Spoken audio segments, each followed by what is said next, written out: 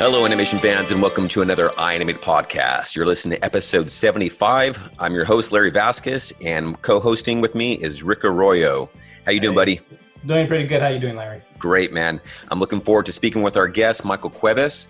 He's a lead animator over at Blizzard Entertainment. He's been in the industry for 25 years and has worked on some amazing titles like Heroes of the Storm and multiple God of War titles. So I'm looking forward to getting him on this podcast. He'll be teaching with us, and it's always great to get guys like this who have been in the industry that long. You got some quick announcements for us before we jump in? Yes, there's a lot of things going on, but I want to let everyone know that, we're all about animation, improving your career, creating a safe place. And, if you need a place, you want, something to focus on to help you get through, some of these hard times, this is a place for you. If you have any questions about our programs or about our certification, or if we can help you, get into the program or with your company, you can always email me at rick@ianimate.net. And if you have any questions or topics you want us to talk about on the podcast, again, please just email me. Lastly, just to remind you that our podcasts are on Vimeo, YouTube. We are also now on Spotify and on iTunes. Right. Please follow us on Facebook, Instagram, Twitter, LinkedIn, and in case you didn't know, in case you missed out, our next workshops will be starting July 6th. Awesome. And please share the podcast. We've come across many people who've enjoyed them and said, hey, I didn't know they were out there. So listen, watch, and share. We'd greatly appreciate that. Yeah, share that positivity. We're trying to put out good things out there. So let's, absolutely. Let's create a nice environment. All right. Well, let's join our guest here. A lot of YouTube. Every time I see Denzel Washington, I'm like, that looks like how often you get that? You get that a lot, right? Denzel? You get that a lot? As much as Denzel, I get like Will Smith, but not Denzel. Dude, your speech pattern and your mannerisms, I'm like, oh, dude, that's Rick. Every time I see Denzel, dude. You know what? I almost I'm trying to think about it, and I think I will have to agree. Like in a funny way, I will agree. I also will say that I feel like I have like multiple sides, like for many reasons.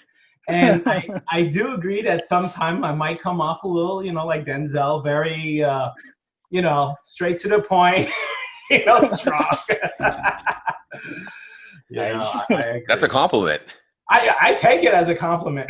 Oh yeah, totally. Totally. I mean, I sometimes would, see any kind of clips, him speaking and how he thinks and how he tries to communicate and present himself to the world. And I think, I have to applaud him for everything I have seen.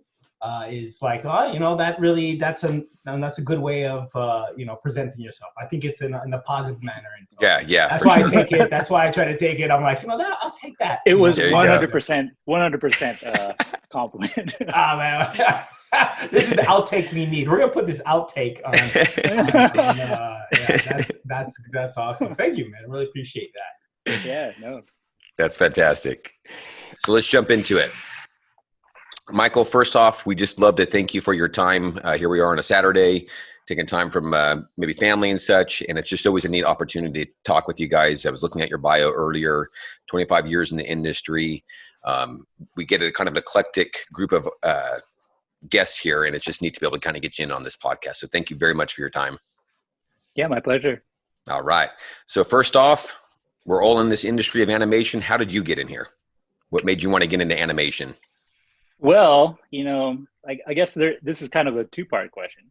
The first part is what my career options were when I was about 18, and obviously I'm going to date myself here, but when I was 18, I believe it was 1994, 1995, and I had come back to California, and there were small trade schools that were offering multimedia courses.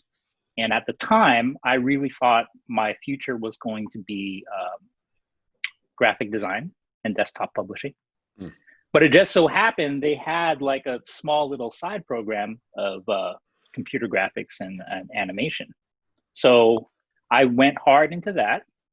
And then it, by sheer luck, there was a small company in San Diego that they were looking for someone who's interested in making video games. And now, mind you, my trade school, they were all about desktop publishing and illustrating. No one was looking at the video game job. So I was literally one of 2 applicants to that job on the job board. That's the best odds ever. Yeah, yeah. The best, right? It's like, So I got in, and I grew up in the 80s, and I played with Atari and ColecoVision and stuff like that. I had zero idea how video games were made, right? It's like this voodoo black magic, and let alone having a video game company in my little part of San Diego. It just blew my mind, and so I was forever grateful for that experience and that opportunity. So that was part 1, getting into the industry. And then part 2 of the industry was I spent some time with the company for probably 11 years in San Diego. And at the time I was a generalist, and we specialized in porting arcade games. And we were doing a couple of original titles at the time, mostly with mocap, right? And I met a guy who came from traditional animation. He was probably the first one that I ever worked with that came from traditional animation. And I stepped into his office, and he was animating a character by hand. At this point we were using Filmbox, not Motion Builder, Filmbox 1.0. Yeah. For those who are dated, we're like, yeah, I remember Filmbox. Oh man, the gray hairs are really showing now, man. Yeah. And this is back when it was known as Alias Wavefront Maya. And he was animating Maya, and it blew my mind what he was doing, because he was trying to apply traditional principles here in the 3D environment. And he just took me under his wing, and he's just like, hey, come on, man, you should try to be a 2D, you should try to be a traditional animator. I'm like, yeah, okay, Sure, this is cool. And yeah, it was great. And he was my first mentor. And after that, it was nonstop. I tried to absorb as much as I could. And I'm like, from a generalist, I was like, animation was for me. It just clicked for me, and I probably haven't looked back since. That's fantastic. I love that idea, though, of somebody being willing to share that information. We've talked about this in the prior podcast. I remember Keith Lango and obviously other guests and stuff, but just that idea that people were sharing that information. And I forget who the other one was, but didn't get the information sent, willing to be shared with them. And they were like, you know what, I'm not going to ever do that to other people. And so it's just that idea of being able to get that information. Here's someone who's willing to take you under their wing. And here you are 25 plus years later doing animation, and now teaching in our workshops, doing the same thing. So it's amazing. It's amazing. And I'll say, like, back then there was a lot more an apprenticeship.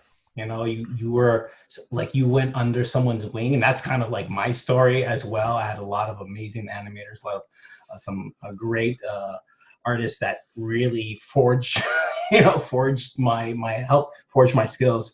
And I think a lot of our instructors bring that kind of that personal, like, I had someone that took me underneath their wings and helped me, and that's something I think that Michael's going to bring in. That just hearing him say that is just like, I feel the same way. Yeah. I'm like, if you only knew.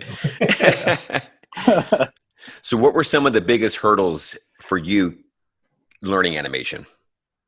Well, I think early on, as much as my mentor was very positive and very willing to answer a lot of questions and kind of focus me in a direction, I did realize at some point that I was lacking fundamentals, and I didn't know what it was yet. I didn't know I was lacking fundamentals, but the more I would grow a discerning eye for quote unquote good animation, right, at the feature level and at the highest levels of video game, I noticed that my animation pieces were lacking, more or less, right?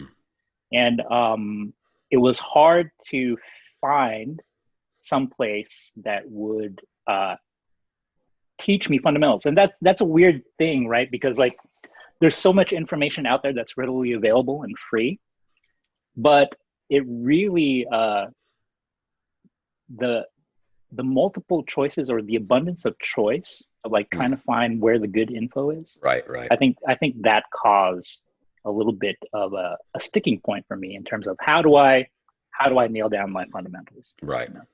You don't know what you don't know. And so if you come across some information, you don't know if that's helping you or making it worse. Correct. Yes. I want to ask a question quickly. I know I'm breaking the pattern here. I'm sorry, but Yeah. I think it's really important. And I think, there's something about that resonates is that, did you feel that you're looking for, somewhere or someone that can actually teach or help you in your way? Because, I see a lot of like, I don't want to open the Pandora's box, but sometimes there's a lot of things that are like, here's how we teach animation, and this is how you're going to learn. Were you looking for like something that was more like just follow this, or you were looking for something where there is a certain structure, but within the structure you had someone that can help you learn the way you learn? Because that's how I direct like that. I direct accordingly to the team and to the person, and also teach like that. But did you find you were in that moment of like, when you were searching to improve your fundamentals, like what was your mindset, or like what was? So that's a really good question. And what had happened was, I think I was around a lot of people that would give feedback, but they have a lot of very, I would say, subjective sort of words that they would use, right? They're very general words. Like if you say oh, your animation is mushy, what does that mean, right? Can you quantify what mushy is? And I don't expect numbers, right? I don't expect you like, well, just change X to like 3.5 instead of 4, right? Something like that. Scale it by 1.2. But the biggest breakthrough was when someone showed me how fundamentals like the bouncing ball, overlaps, and stuff like that get applied at the micro level every time you execute an animation. And then once that person did that, to answer your question, Rick, I was looking more of a why, right? Like a lot of people were saying, just do, trust me. Yeah. I'm like, oh, sure. This is how, but not the why. But not the why. And then as soon as someone showed me the why part, that was light bulb. A good light bulb. Gotcha. That's something that's amazing, that you were able to get your why answered, and then help you to know how and the steps. And I think having that experience will help so much when other students have questions, or your team, because you're driving a team at Blizzard. When they have questions, at least you can answer it in different ways for them to help the team move forward. That's amazing. Very awesome. Yeah. What I love about this too is I remember we did a podcast. This was back when DreamWorks had released Turbo, and I asked him about, the snail and stuff like that. And I think it was Chris Kirschbaum, one of our instructors. He talked about how basically the snail was 3 bouncing balls.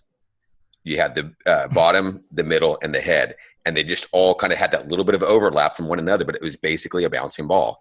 So it just, I love when you're starting to talk about this fundamentals, because typically animation, you want to jump right into the character and want to do, but it's like, you got to get these solid and get these down first before you kind of start moving on, because you're going to carry those all the way through. I'm going to say this, and I want your guys' opinion. The fundamentals are your tools, right? Understanding fundamentals, how to use the fundamentals are your tools. Yes. Once you have, whether it's, or scissor, I can't find the English word, whatever tool it is, a hammer and screwdriver, right? Right. The fundamentals are that. When you know how to use those tools, then you could become a craftsman. Yeah. Yep. So I like, I don't know if you guys agree, but that's sometimes like, no, I like that.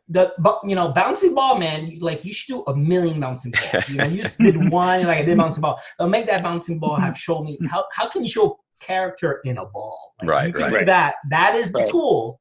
And then you can apply that and get really complex and really, really develop real character grounded in the world. So that's interesting that you bring up the bouncing ball, because I don't know if you guys read, I've been in teaching for quite a while. And the biggest challenge is like, I know in my heart, like, wow, I gotta nail these fundamentals, right? You guys, when I'm teaching students, I'm like, please, you don't know how important these fundamentals are. And then the challenge for me is to make the bouncing ball exercise engaging. Yeah. Right. Yeah. So that is the part that I think that really kind of turned the corner for me in terms of teaching.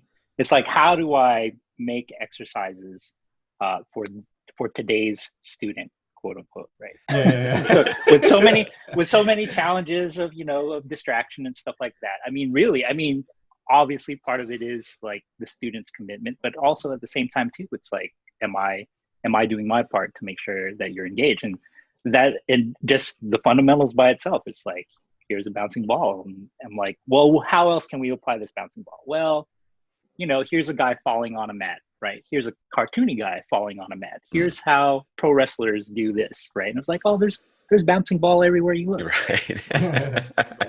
So yeah, good That's time. great.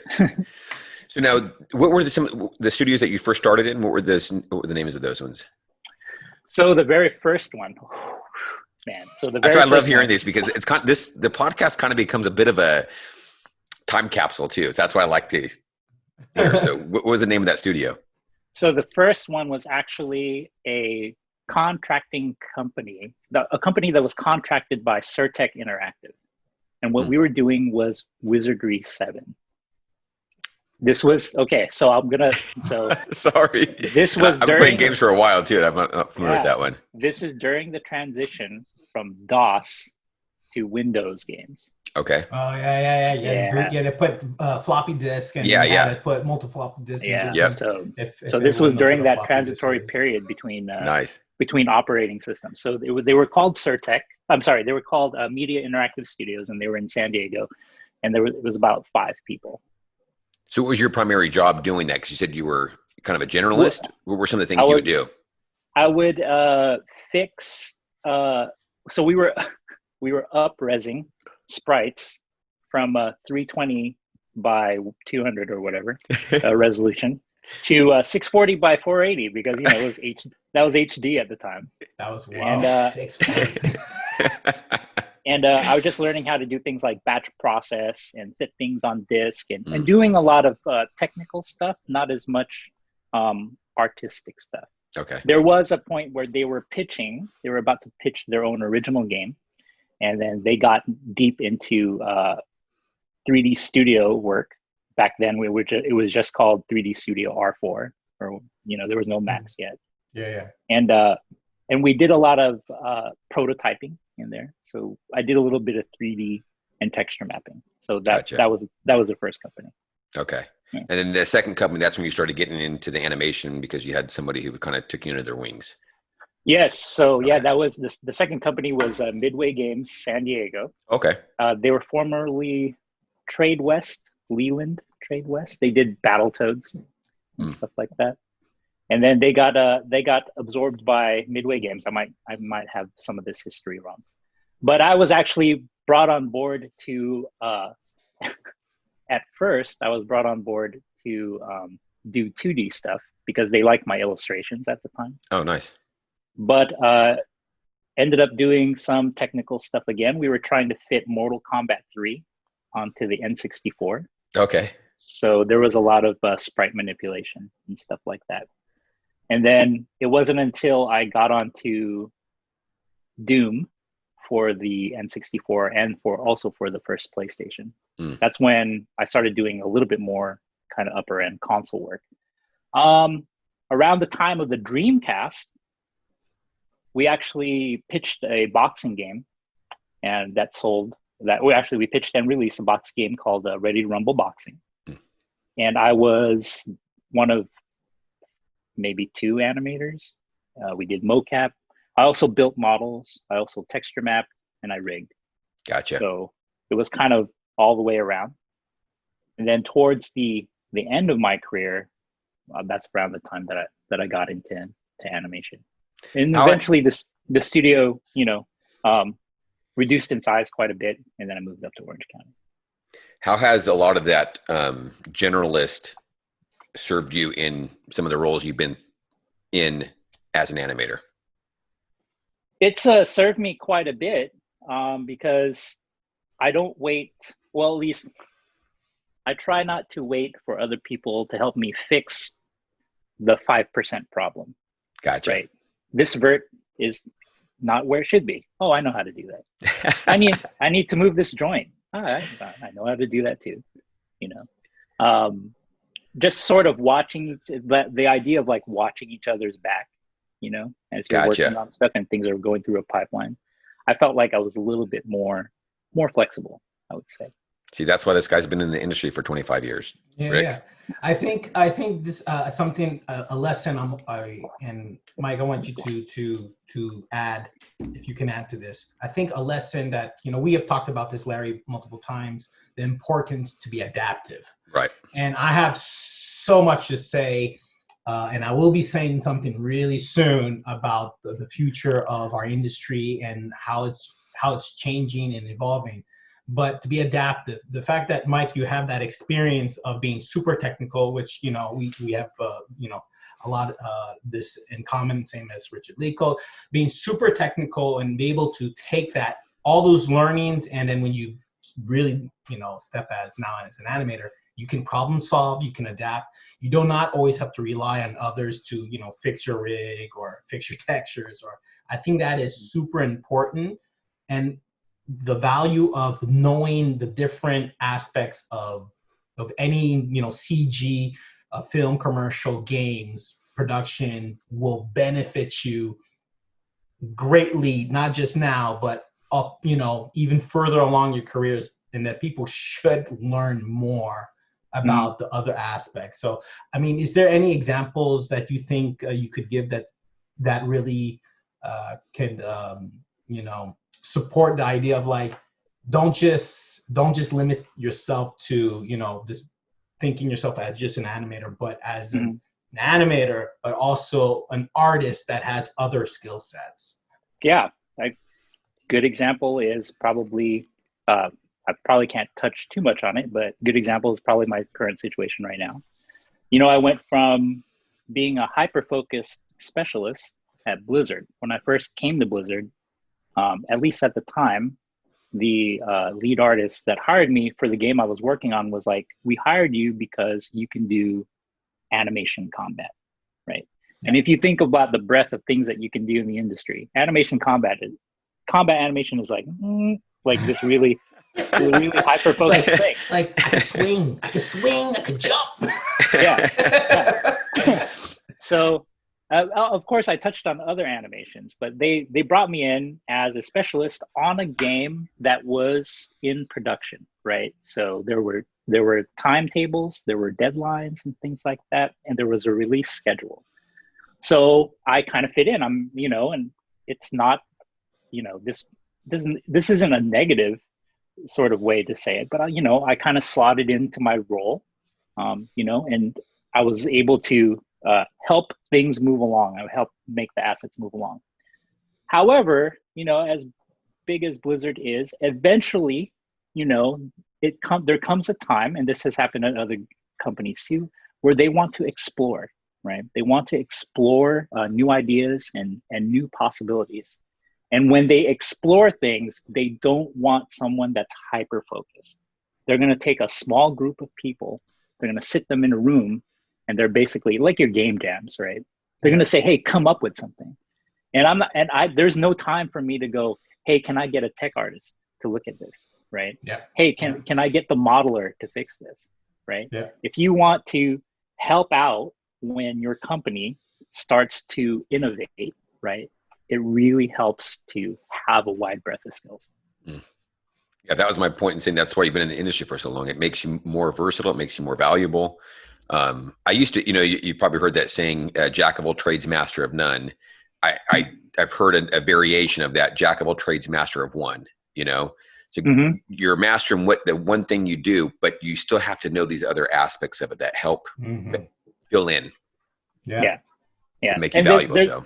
There's another thing that some of my friends in the military would say, and they would say, this kind of two parts. Well, the first thing they would say is slow is smooth, and then smooth is fast. And the second part is really what stuck with me. smooth is fast. And whenever I'm in a situation, no matter what my role is, like it helps to just make things smooth, right? Everything from your skill to your personality, you want to make the experience smooth because things go so much faster. Gotcha. You're able to smooth out bumps, right? That's cool. I like that. Well I like it too. I'm like, yeah. I was not following you. I'm like, oh no, that's good. That. So if anyone at Ubisoft even says like, hey, let's just make it smooth. It's faster. It came from Michael Cuevas, man. I mean, obviously, you do want to raise your hand when there's a problem, right? Yeah. But like 90% of the time, you know, it's like you're just trying to make things move as smoothly as possible. You know. Yeah. Now, how long have you been at Blizzard? I'm almost at 6 years now. Okay. Yeah. So that was when they brought you on as a specialist, and you've been on since about 6 years now since. Yeah. Okay. What are some of the games you've worked on there? I helped out with, well, the main game I was on was Heroes of the Storm, which was, our brawler game. And then I also helped on Legacy of the Void, which was the last StarCraft expansion. And then I kind of jumped around. I helped around with Warcraft 3 Reforged, the re-release, just doing some animation work on that. And that's about it. Now, that Heroes of the Storm, did you work on that with Lana Belinsky? Yeah, Lana. Yes. She will find this video and tell you it's pronounced Lana like banana. We've had her on the podcast. That's why I paused, because I could never do it right. I'm thinking, I was like, he's going for it. I'm like, good luck. Yeah, but I got the last name right. Belinsky. That's a little bit. Oh, hey man, power to you. Did I get that wrong too? Is it? I think you did Baczynski? Oh man. Okay, so I'm gonna dub myself correctly coming in on the. No. We had her on a podcast. We love you. You know, we I talked to Lana a few times. I put some interesting things on the table for her. I was like, hey Lana, we'd love to have you come back. I'm just saying it again in case you're listening. Right? Yes, Lana, please. Positive things. Yeah. Yeah, we had her on a podcast a few back, but great gal and fun podcast. I remember her saying that she worked on that one. So yeah. Anything in particular you enjoyed about that game?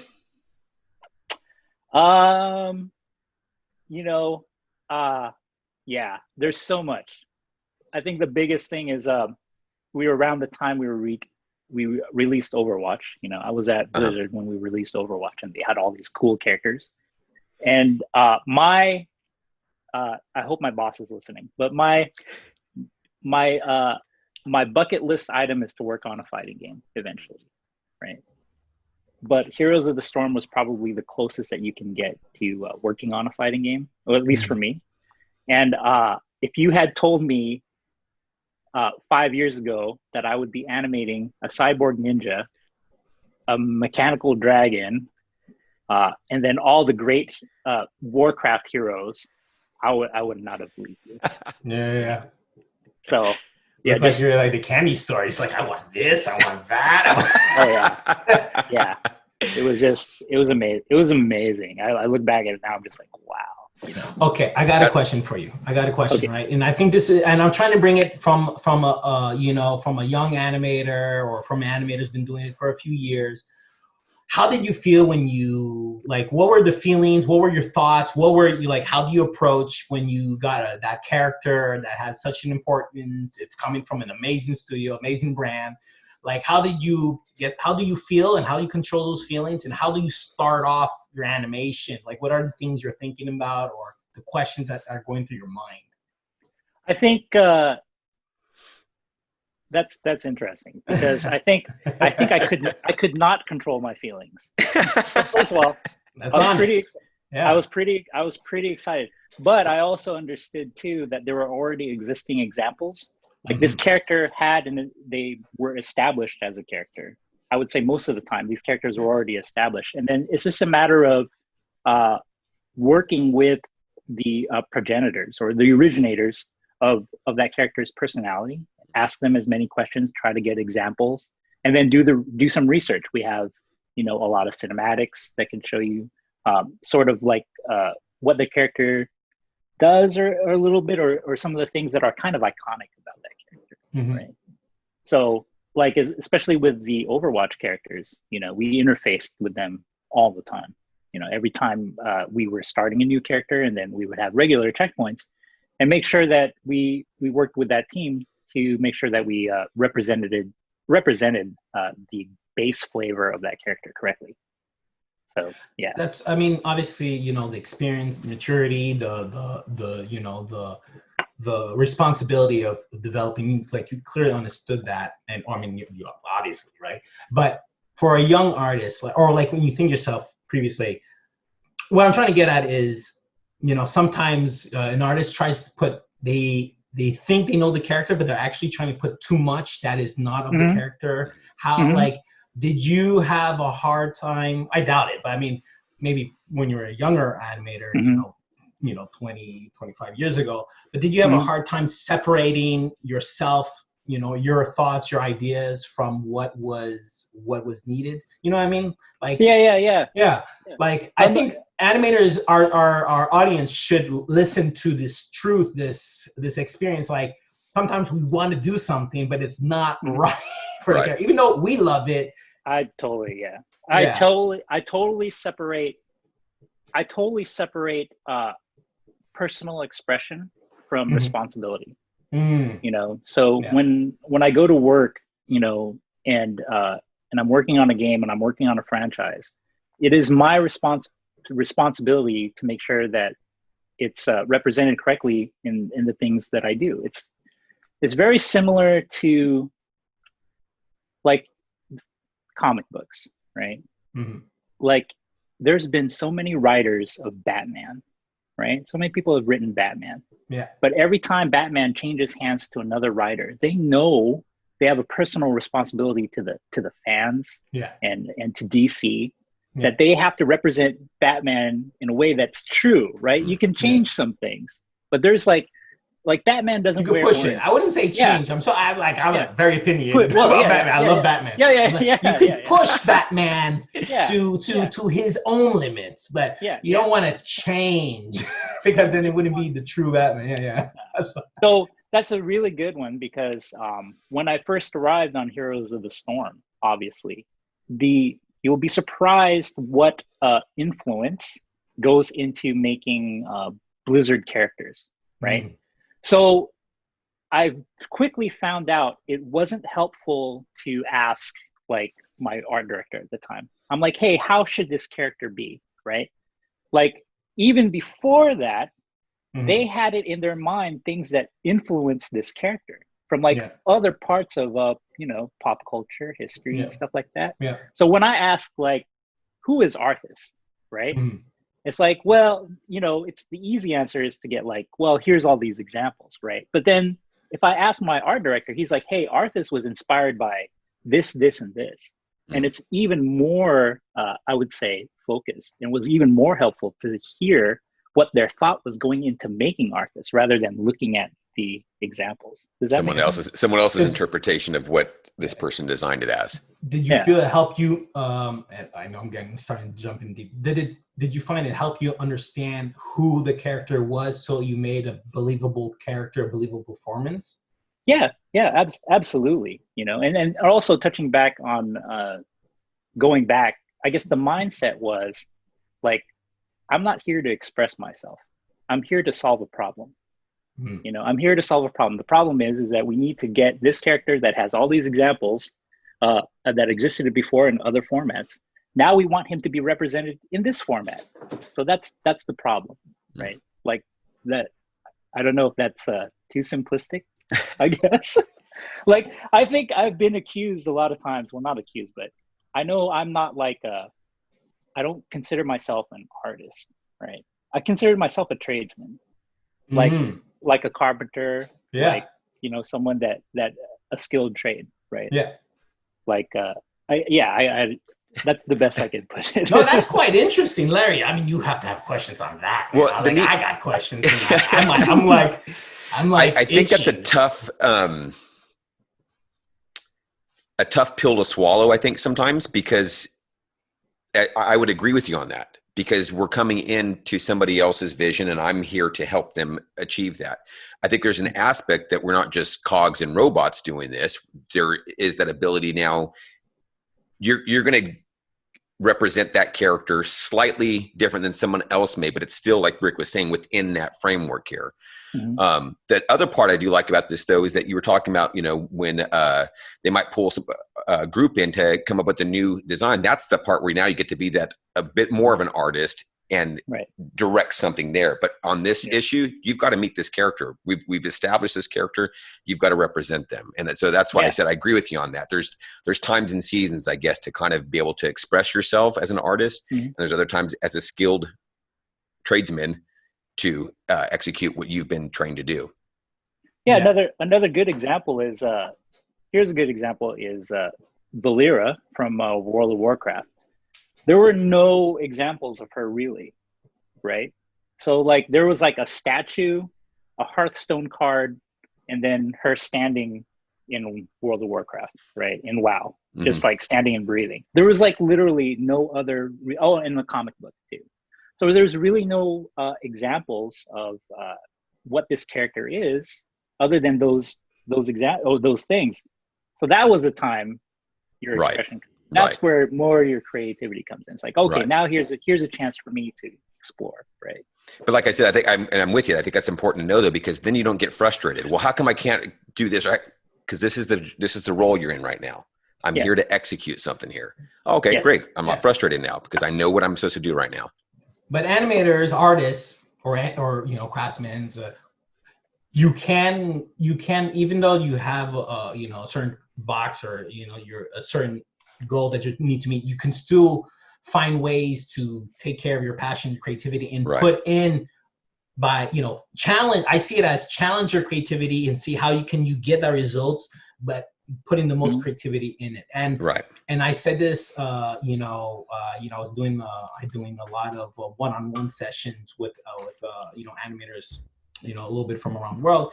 And one thing I would tell them on the private sessions is,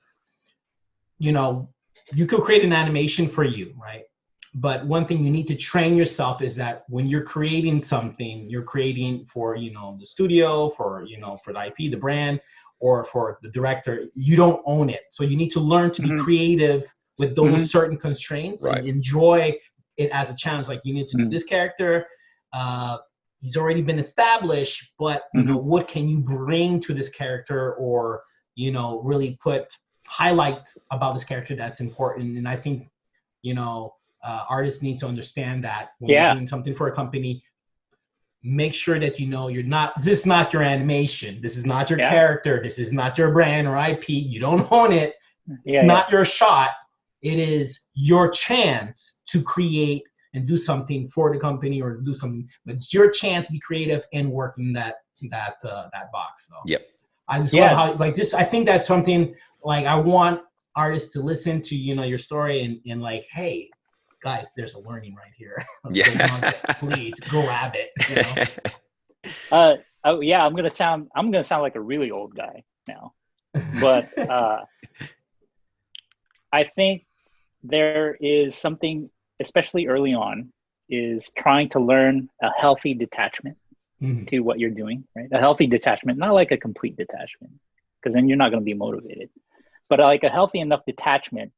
And I find that the best mindset for me, and even then I'm not perfect, I struggle with it, is that I try to enjoy the process more than anything else.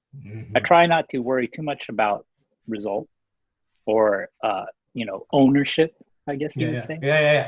I try to focus on the day-to-day process. Try to shrink down my time horizon in terms of expectation, and that seems to help me out a lot. Nice.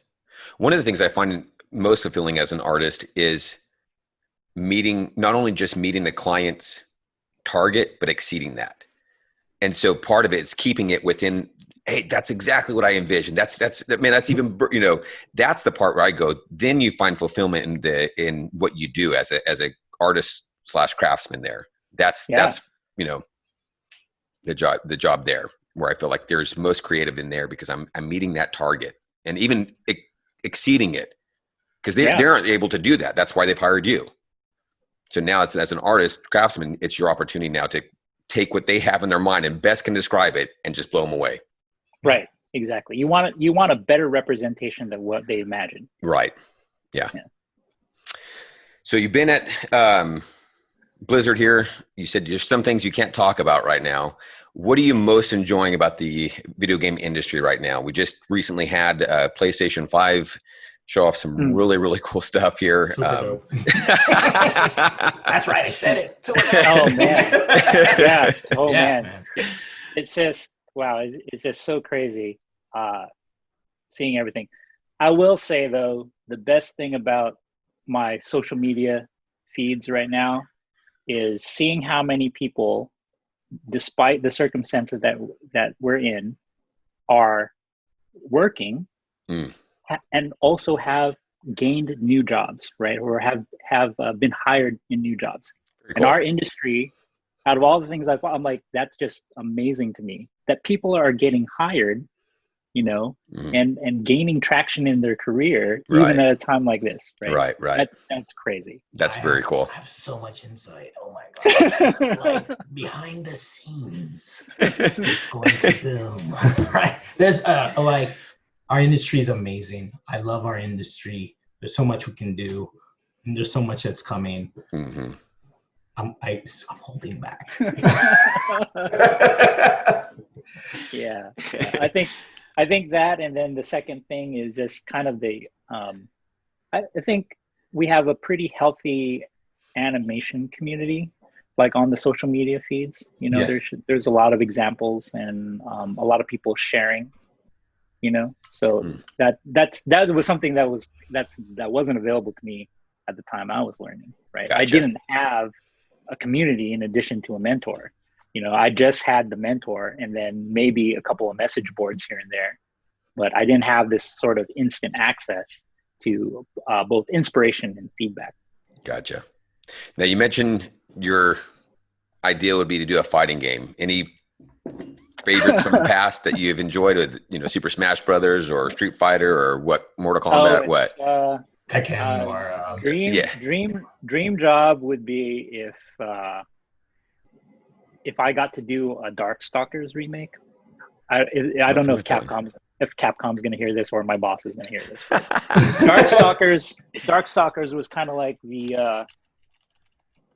was kind of Street Fighter with monsters. Yeah, I gotta look this up. Oh yeah. I do remember that one. I don't remember this. I'm like, okay, I just pulled it up. Yeah, I do remember that one. Okay, now I was looking at your bio and you talk a lot about character and creature. So is that why you lean towards that one here, because of the creature aspect as well? Yeah, I think after working on God of War, I kind of grew a taste for creature combat as well, or creature animation. Okay. So I like the mix of both. Okay. I love so I know Mike for a while. Michael, you know, when I moved, when I was living in California, we worked together at the same company at Obsidian, and you know, he could dibble dabble in anything, right? And that's what's fun. You know, we weren't on the same projects. I was working on a different project, and he was on the other side of the building. But when we would talk, or when we would, just hang out, like his interest, his passion, his knowledge is like, it was like, and I've been, you know, for those who don't know, I've been talking to Michael to join iAnimate for a while. A few years back, I reached out to him. It didn't work out. Timing was wrong, but he has so much knowledge, and I've just lost my thought. I'm just excited right now. I'm just like, he knows a lot of things, and he's going to be teaching it.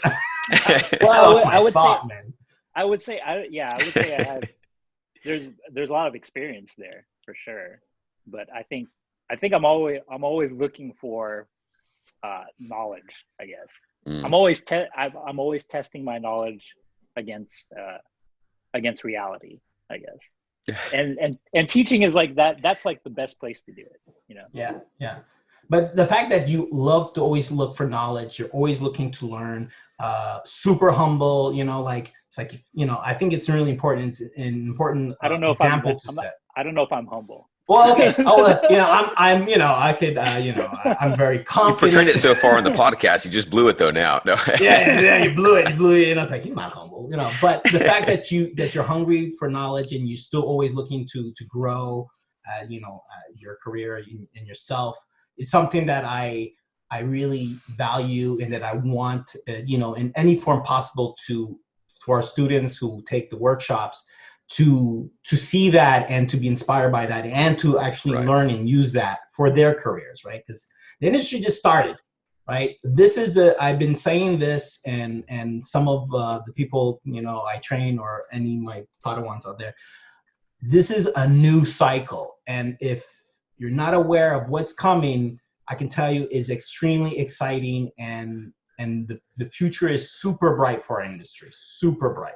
Okay, I got to ask you a question then, Rick, and maybe you can't talk about it now. I'll talk about anything. I'm gonna be sharing a lot soon. Okay, and maybe anything. So you let me know if we have to wait for this. But No, obviously, video games have been around yes, for decades. yes. So what do you mean by new cycle? So like every industry, I think we talked about this before. I don't know. Like every industry, there's a new cycle. Like, so we take 2D to 3D, right? 2D animators, they're amazing. And then 3D came out, and there's many that did not make the transition, but 2D is still alive, and we all love 2D. Right. And it's really awesome. But those who were able to take the 2D experience and bring 3D, they really benefit from it. And then during that period of 3D, the motion capture kicked in, right? Motion capture is still in a very early stage. It has even yet done what it needs to do. I'm like, I still teaching techniques that very few even know about. I'm like, do this. Like so the question was, what was the question again? I'm like halfway. Yeah. You're so excited that your mind's all over. So the question is the cycle. So, the cycle, video games have been around for decades. Yeah, so I'm going to say it as simple as I can. I see the industry kind of splitting, into two parts or even potentially three. First part is what we have, the big studios that will continue, right? They will need to adapt, because sometimes big studios don't move as fast anymore because there's so much going on. The indie studios are going to create their own kind of thing where it owns their own type of development, their own type of size of games. And then what we have right now that some artist says, yes, the industry is booming. Yes, we are hiring, but someone's like, I can't find a yes, we are hiring, but there's not 8 million animators jobs. That industry there, guided properly, they can do some amazing things, but very small development, but do great things. I believe in that industry has yet to understand where they're at in terms of, small games. Anyone can make a game and sell it and put it on a phone or put it on Steam, or anyone can do that now. Mm-hmm. When we started, it was not, you had a publisher. It was very Gotcha. Okay. So there's a lot. You can do small things, super short game. It doesn't have to be big and long. It can be super short. It could be a game that takes you a day to finish, and it could do well, and you can do well. Gotcha. Okay. So you're saying the ability for, Unity, Unreal, yes, people are able to get their hands on these game engines. 3D is obviously much cheaper applications than it was 20 years ago. Yeah. And it's all your fingertips. Yeah. And now where we're back at, instead, we have specialists, or hit my mic. We have specialists. We have the in-between. And now we're starting again that everyone's becoming like a game developer. They need to do everything.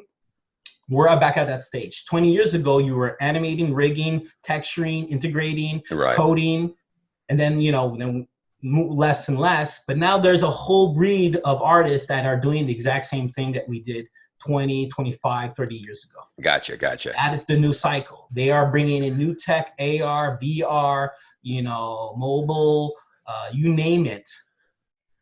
That is coming. So I'm very excited about what they're doing. I love what we're doing here, and I know that this is the future. If you can't see it, then you need to start looking at it and really dig deep. The community, online community that we have, and that's out there, the animation community, I will be reaching out to them. I'm going to, there's amazing stuff, and anyways. No, That's great. That's what. Yeah. I broke a sweat a little bit in that. Hey, did I sound like Denzel Washington or like? That's a good inside joke. You sound like a preacher. You're preaching, man. Yeah, man. If we only knew. Like, it's a great time. All It's right. a great time. Hard time, but a great time. Yeah. And that's, you know, we've kind of talked a little about this. This was off camera, Yeah. just even the other day, though, about preparing now for that future, though. Yes. And so that's why I love what we do here at iAnimate. I love that we were able to get instructors like you, Michael, coming in here and being able to teach people, getting them ready to get out and do exactly what you're talking about, Rick. So what workshop will you be teaching, Michael? I'm doing a game workshop 2, which is combat and takedowns. Oh, cool. Okay. Yeah. Now you've had a background in teaching here. What do you enjoy mostly or most about teaching? You kind of alluded a little bit, that reality part of it too, but. Well, the one thing is, obviously, I think that every teacher has the seeing a kid seeing a student get that aha moment, you know, kind of see that moment where everything kind of clicks for them. That's super rewarding. But it's a rarity, right? You cherish it because it's a rarity. But the other thing that I like is the adapting my knowledge to the types of students that we have. And Richard talked about it. You can't, when I first started out, I laid out my plan, a syllabus, and it was just like, as soon as I got to class and I started teaching, I was just like, you know, you couldn't hold on to it. So I learned very fast that you have to be pretty agile in terms of adapting to the rate at which information gets absorbed, applied, and understood. That's great. And it's like at an individual level, right? So that to me is very exciting because I get to do things like, hey, this is what I think is true, right? Here it is. It doesn't work for you. Man, now I have to go back and figure out how to make it work for you. Right. Like I thought this would work for you, but it doesn't. So let me go back and figure that out.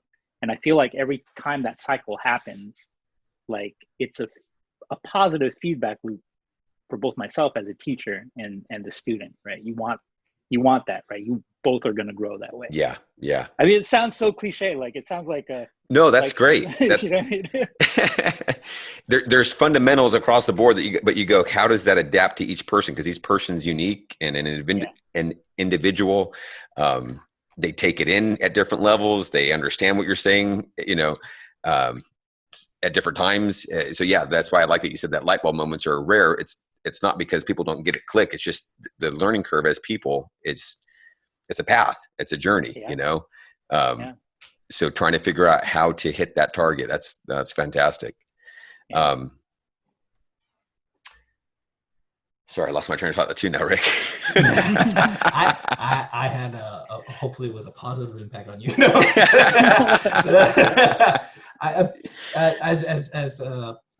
You know, I think, you know, I always like to ask, you know, what are the things you hope students will be able to get out of your workshop? I think that's something that, I think that's an important question. It's like, what do you want students to get out of your workshop, or like what kind of impact, or what are you hoping from teaching in this workshop?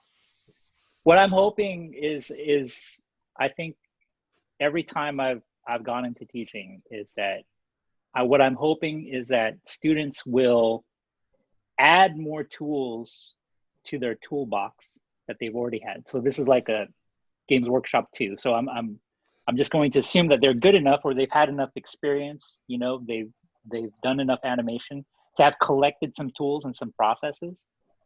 And I hope that they gain more tools for their own personal process. That's probably number one. And then number two, I'm hoping that they can sort of find ways to be motivated, right? And try to still, I'm having a hard time with the English words for this one too. Still have that fire of discovery, right? You still got to have that that curiosity. You're going to do the bouncing balls, you're going to do the flour sacks, you're going to do the tails and stuff like that, but you still need to find it in yourself, and hopefully I can help inspire that curiosity still. Very cool. Very cool. Okay, so I'm going to ask some more questions here. This is kind of more just personal. Okay. Any favorite games from your past years that you just not necessarily had to work on, just all-time favorites? If you can get a console and a handful of video games, these are the ones I'd grab. Console and a handful of games. The first, I would definitely have a PS4. Sorry, Microsoft. I would have a PS4, and it would be God of War. It would be Sony Spider-Man. It would be Final Fantasy Remake. Okay, very cool. Yeah. They have, like all three of them. And from what I understand of production, I'm going to make a lot of assumptions. They have a mix of both mocap, performance capture, and keyframe animation. And then seeing those two things blend together, along with camera work, pushing the next gen system.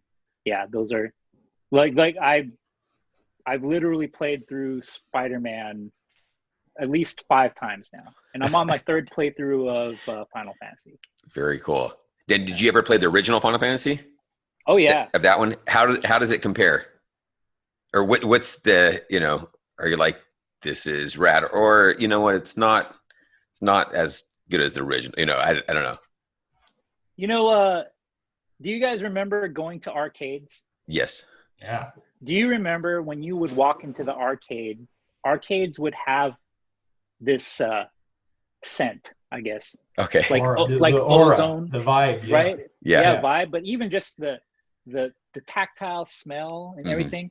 And then whenever you run into that again, it brings you back to the first time you experience an arcade. And that's the same thing with Final Fantasy. Like, I could tell you that's cool exactly what happened in my life, like what was going on in my life when Final Fantasy VII came out. Yeah. So like playing this, even though it was different, it still like brought me back. Very cool. So they did it justice then, huh?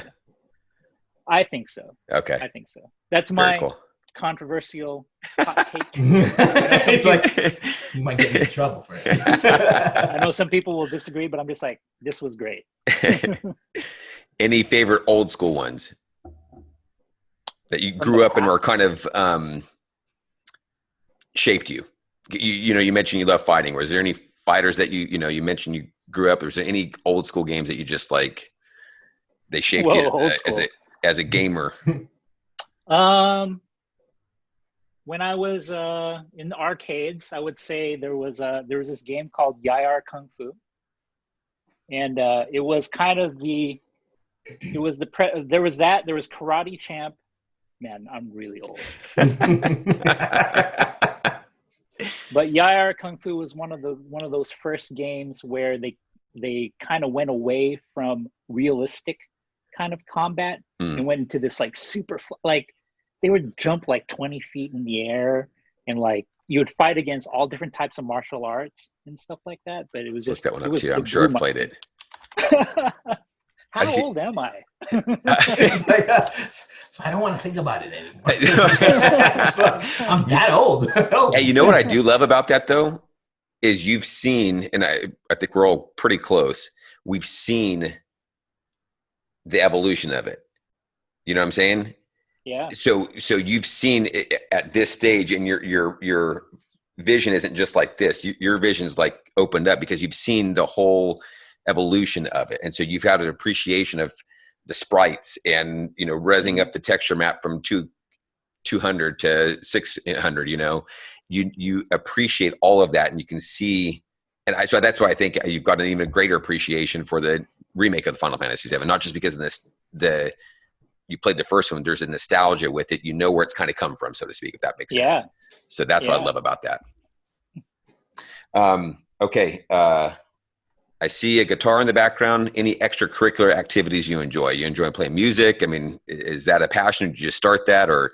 Oh, well, I think it's part and parcel to, I think every Filipino either sings karaoke, plays guitar, break dances, or draws. Okay. Break dancing, I've heard.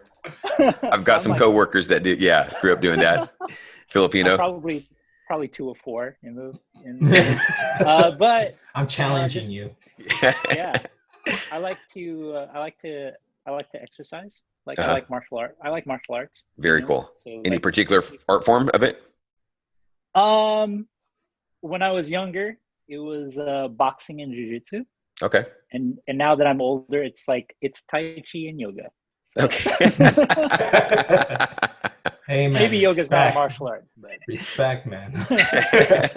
but staying physically, try to stay physical, because you got to get up and act, right? You got to swing swords every once There in you a while. go. Yeah, that core work. Very cool. Very cool. You know what? I'm jumping on this, right? And I'm only 25, right? But, just with me, it's true. I'm only 25. Just just roll with it. Okay, yeah. Every animator out there, right? We said this even lower, like 8-10 years ago. It's like you're an animator, you're an actor, and you're a director. As an actor, right? Not there's this performance, but there's audio, stunt performance. It's very important, and I want to encourage people to stay healthy. Get out there, be active, find any hobby. It could be tennis, could be martial arts, could be running. It will help you when you need to reference yourself. Trying to like you get in the game industry or film industry, or you have to like do this crazy shot and you're trying to understand it. It'd be really good to be able to, do your own reference, or at least explore it and see, understand what you're trying to do. So exercise is good. Yeah. Which I need to do more of. Well, I think in that respect, and this is my pet theory, is that I think both jiu-jitsu and dancing in front of a mirror as a kid, breakdancing. Yeah. I think those two things really helped me out a lot in terms of just being aware of what my body is doing. So a lot of times, I know a lot of people shoot reference, but a lot of times for me, it's just enough to get up and do it. Yeah. And without having to record. And I think because of that awareness, I think it serves me a little bit more, just being, having experience in those things. Yeah, for sure. Okay, I've got one more question, Rick. So unless you got another one here, Mike, my question is, how is your approach? Because that was actually what I was going to go to about, do you shoot reference? You mentioned you have an Illustrator background from back in the day. Do you do any thumbnails, things like that? What is your process? And I'm sure it may vary from character or something like that, or shot, but what is your process? So I think here I can kind of confine it, because I have a different process for different situations, but I'll give you an example of like I'm working with a designer to do combat. So usually the thing is I'll get a verbal, and then I'll get some parameters from them. I'm like, hey, this is how long it should be approximately. Like, let's say like a sword swing. This is how long it should be. This is where it should contact. And then what I'll do is that I will, as fast as possible, give them a version that will function for them. So I'll do that really fast, which is like a block out, right? Maybe 6 poses, right? 3 at the minimum, try not to go too far, space out the timing. And then from there, once I get a confirm, like this is where we're gonna go, I'll go from those poses, and then I'll start working it through into polish. So you don't typically shoot a whole lot of reference at all? Like you said, you kind of maybe get up, you can feel, okay, this is how the... Yeah. Like I actually keep like a staff, a sword, a hammer, all rubber, by the way. Rifle, pistol, handgun. I keep them all near me. Gotcha. So as soon as I get an assignment, I'll try to figure it out. Yeah, I'll try to figure it out visually, and then as I'm polishing, I will get up every once in a while and step through the motion myself to try to get the details in. Yeah, very cool. Very cool. So when you provide your animation to the designer, or it's implemented, right? You do 3 to 6 poses. Have you already kind of like figured out, or put some of the style of the motion in there, or is it just more like for the mechanical needs and validating the prototype, or the timing and speed, the 3 C's, say yes, this works, this is the time frame, this is what I have to work within, and then I will add the style. Like are you trying to put a little style up front, or? Yeah, like really depends on a lot of times it depends on the designer and the assignment. I think there was an emphasis of style in expressing characters, like in Heroes of the Storm. There's a huge emphasis on style. So I try to make sure that I have some of the style there, you know, trying to hit iconic things. And also in God of War too, right? Kratos has things that he does that makes Kratos Kratos, right? So you got to make sure that that's there. But I would say maybe half the time I'm trying to hit style, and then the other half is like functional. And then they kind of, well, also too, like in the very beginning, you want to prove that you're able to hit the style, right? So there's a little bit more emphasis on style in the beginning. And then as you kind of gain trust and a good relationship with the team and the designer, they kind of know what they're going to get from you. So it's more about hitting the technicals and then adding the style afterwards. Interesting. I thought that was fascinating. The reason I asked, like, and I also it also depends on where your production. If you're just starting off, right, and this is a new IP, you know, you can put style, but I think I always look for making sure the functionality of the game can actually be responsive and fun. And then when I have that foundation of like, I know what the game's about, what, you know, how it feels, the mechanics, the work, you know, the flow of the game, then I'm like, okay, now I can add, or now I want to add all the style on top of that.